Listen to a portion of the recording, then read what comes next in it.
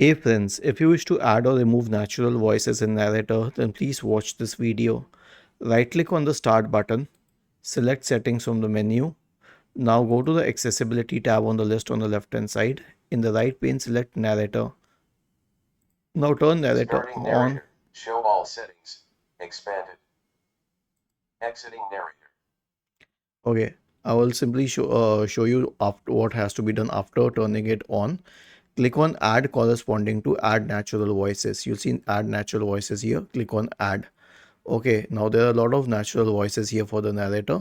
You can pick any one of them, but remember that when you download and install it, this will add significant space to your system. It's not just the one which is occupied by the voice, but also the ones which are occupied by other files associated with the voice.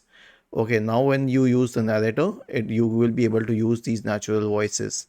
The question is that are they actually as natural? I would say that they are pretty good, but not exactly that they sound like a human being. But yeah, they're quite close to it. Was this helpful?